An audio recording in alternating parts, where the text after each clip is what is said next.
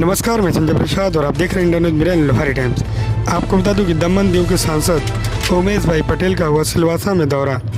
सिलवासा के रास रिसोर्ट में रखा गया प्रेस कॉन्फ्रेंस। सिलवासा के वरिष्ठ पत्रकार ललित भाई पटेल तथा उनके साथी रहे उपस्थित सांसद उमेश भाई पटेल का किया स्वागत एवं रास रिसोर्ट में सांसद उमेश भाई ने खाना खाया तथा कहा कि सिलवासा का दौरा हर महीने में एक बार जरूर होगा। देखिए एक खास रिपोर्ट।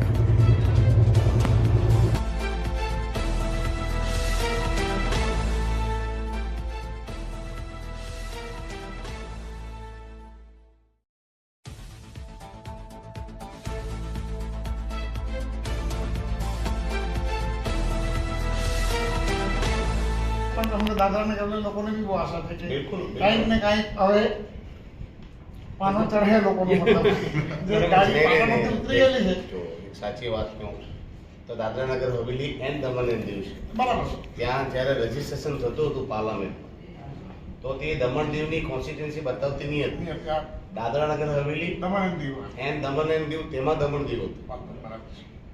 એટલે હવે એટલે કે આટલા અમારા સાંસદ માટે છે તો હા બરાબર કે છે. દમણ દીવ નહીં, દમણ દીવ અને દાદરાનગર હવેલીનો બી સાંસદ છું. કોન્સ્ટિટ્યુન્સી ભલે દમણ દીવ કરતા અમારો ફાયદો કર્યો હશે લાઈટ બિલનો.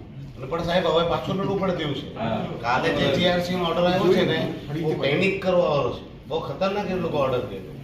400 કરોડનું જે પાછું એ લોકોએ નુકસાન બતાવ્યું તો 400 કરોડ રૂપિયા અનનેસેસરી ખર્ચો કોરિજન્ટમ કરીને બતાવી દીધો ને 1 રૂપિયો પેન ઉપર રેટ વધારી દીધો. પણ મેં એના માટે બધું વર્કઆઉટ કર્યું છે.